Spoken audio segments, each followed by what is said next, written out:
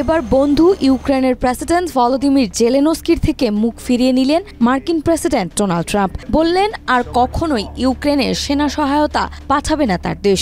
রাশিয়াকে রুখতে বন্ধু সাহায্য ছাড়া এবার কিভাবে এগোবে ইউক্রেন? মার্কিন প্রেসিডেন্ট ডোনাল্ড ট্রাম্প স্পষ্ট করে জানিয়ে দিয়েছেন, ইউক্রেনকে সামরিক সহায়তা দেওয়া বা দেশটির নিরাপত্তা নিশ্চিতে মার্কিন সেনা মোতায়েনের কোনো পরিকল্পনা নেই।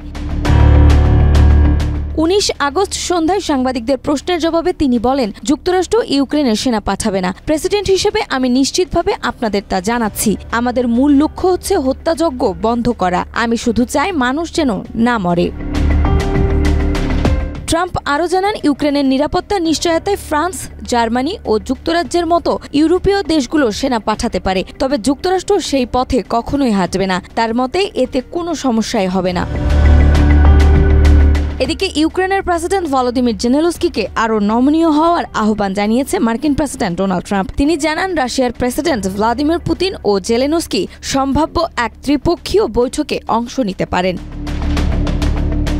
এদিকে 18 আগস্ট পুতিনকে ফোন করেন ট্রাম্প। ওই সময় ইতিবাচক আচরণ করেন পুতিন। ট্রাম্প বলেন, ওই সময় পুতিন যদি ইতিবাচক আচরণ না করত তবে পরিস্থিতি আরও কঠিন হয়ে উঠতে পারত। বিশ্লেষকরা বলছেন, ট্রাম্পের এই মন্তব্য কঠিন পরিস্থিতির ইঙ্গিত দিচ্ছে।